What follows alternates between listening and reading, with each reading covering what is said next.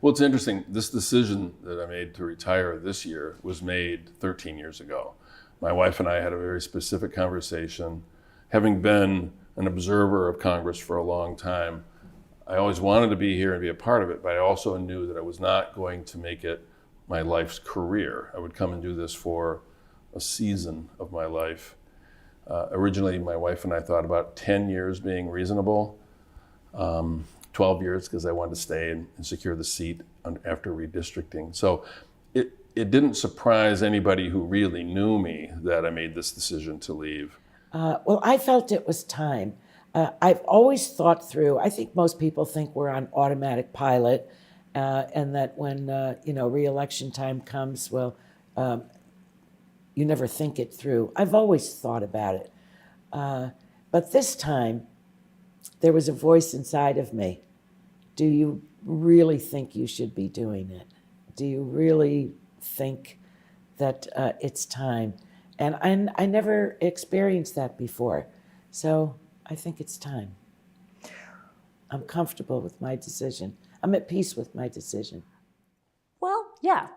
10 terms is a long time. I was single when I was first elected to Congress. I've gotten married. I've had 3 kids, and the kids are growing up. And it just seemed like it was time. The girls are 8 and 10. No, they're 10 and 13 years old. And Cole's 17, and just wanting to be more present with them.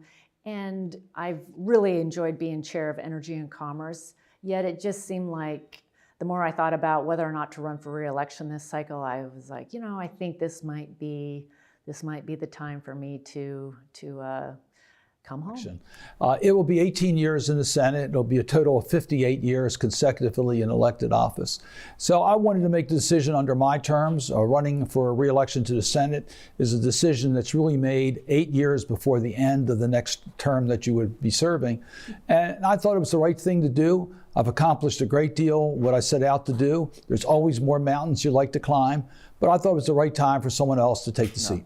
I've seen too many people in the House of Representatives where I served for a few years, and here in the Senate, too many people have stayed too long. And I think I've always said I should leave when people still think I'm contributing, and leave when people want me to stay longer. And I'm sure there's some people who are delighted I'm leaving, but I don't think there's too many of them. And so it was it was a decision that my wife and I made about 6 months ago. We talked with some of our closest friends and supporters, and it was just felt like the right decision. I love music. I used to promote concerts when I was at Ohio State and after that. And one of the people I met trying to put together a concert at Ohio State was Kenny Rogers, who's, I think, the #2 best-selling male recording artist in history. And one of his great songs was "The Gambler," and has a line in it that a lot of people have heard over the years. And I just used that line as part of my decision to step down. Know when to fold them? Got to know when to hold them. Got to know when to fold them. There you go. Well, I'm 77 years old. So at 77, I've been at it for 42 years. And I thought, you know what? I've been around long enough to see people that have stayed too long to where they really couldn't enjoy what little life they might have left. And I've watched my family, that I've missed an awful lot of events I wanted to go to and just couldn't.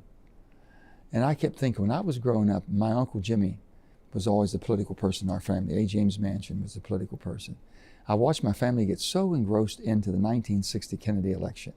Here's this young, vibrant person, a U.S. Senator running for the presidency of the United States, a Catholic, we were a Catholic family, and young and vibrant, and coming to West Virginia, all the attention the Kennedys were paying.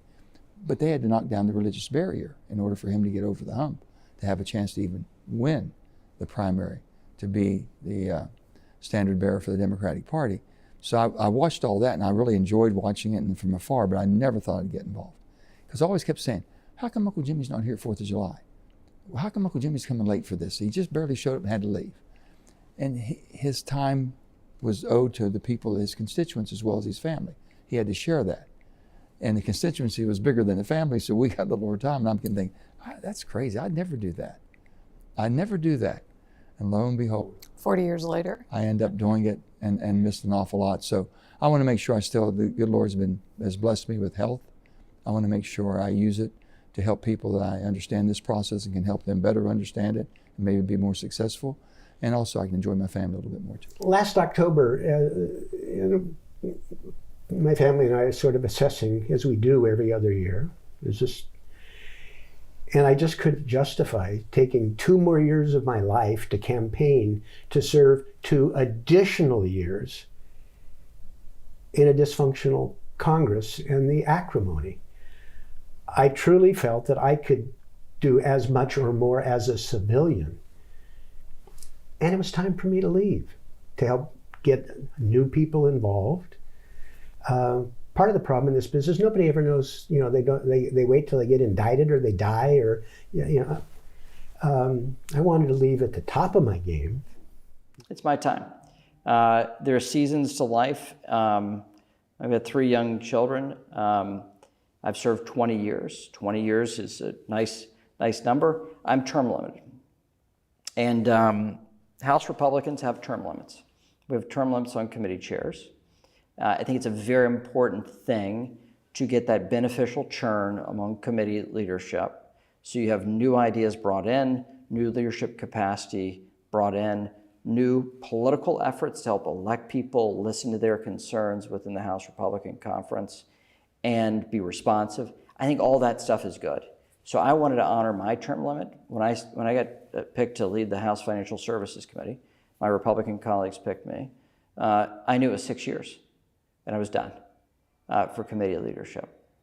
And then after playing a meaningful role in 2023, I thought it was the right time. It was the right time for me to go and to allow new leadership. For me, I felt that it's just important to know when to pass the torch. And so I've been actually beyond the United States Senate. I've been involved in county government and the State House and State Senate and U.S. House. And I hate to say it because it makes me feel so old, but I've been involved a total of 50 years. So I always say I started when I was 5. But the truth is that after 24 years and working very hard and being able to get a lot done for Michigan and being in a top leadership role, number 3 role in the United States Senate, I just felt it was time to pass the torch to the next generation. And a couple of things came into play for me. One, we have such great leaders in Michigan now. We have all kinds of new young leaders that are making an impact. And I knew that it would be very clear that we could have somebody step into this role that would do a great job. And in fact, Alyssa Slotkin will definitely do that. Second thing is that from a family standpoint, my mom at the time I made the decision was 96 and always been there with me. I go home every weekend and always make sure I see her and so on. But it was a moment where I realized another campaign and being gone all the time, being gone on the weekends and so on, means I would have missed really precious time with her. And that I just didn't want to do that. And so it was important to be with her. And in fact, as it turned out, Mom just passed away, and it was the right decision for me to have that time with her. So important. And then I have 5 grandkids who I see as much as I can, but now I'll be able to go to the events that are in the middle of the week and not just on the weekend.